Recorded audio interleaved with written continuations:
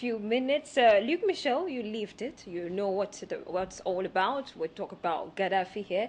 And this is your sphere of speciality where you get to talk about Libya. What do you think? Do you think that these talks, because they have been happening over and over again, do you think the recent talks are going to help save Libya from the crisis? I speak frankly with you. And what I have to say make me pain, because I fight more than 25 years with Colonel Gaddafi. I was responsible of the Libyan Revolutionary Committee movement in all Europe. And country was my second. Libya was my second country, and my green Libya is still in my heart. But when they destroyed the Jamahiriya, NATO and USA opened the Pandora box. What you have said in the topics is the Western explication of Libya. It's not true what you say, because they present you a chaotic situation, 10% of what is it really. Why it's no solution with all this talk in Libya? Simply because the problem of Libya is not an opposition between two governments, Farc Libya and the Western government, in reality with the so-called General Haftar, with the CIA agent. That is two of the factions. The problem is that now Libya is at minimum 12 powerful factions who control the country. Majority of these factions are not on the table of negotiation.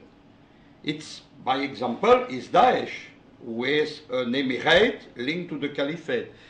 You have a big Acme area about the city of Sheba, with the famous Mokhtar Ben Mokhtar, Malbohomban, but no, he's a powerful warlord.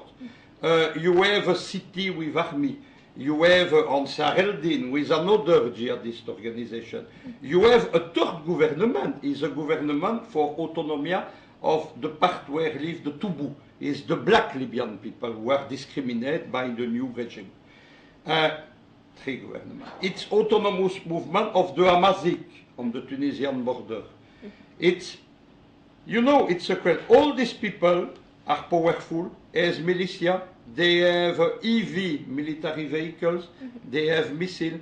Don't tell that all these missiles come from Gaddafi arsenals. That is false too. Gaddafi has not weapons to spread all over the world. These people, they receive partly these weapons in Syria, because part of the Libyan jihadists were sent by NATO in the first time of the Syrian war to create from nothing the so-called Free Syrian Army. When you see that, I have still contact in Libya. I have a pro-Gaddafi page still. Half of my people is people in Libya. They come to see the truth. Tripoli, by example, it's problem of electricity, it's problem of water. The infrastructure were destroyed by the country, by NATO. They are not built, of course. Tripoli is insecure. All the countries insecure. On this political division is the gang. Is a lot of criminal gang with heavy weapons, with militia. They establish control over an area. They pay taxes.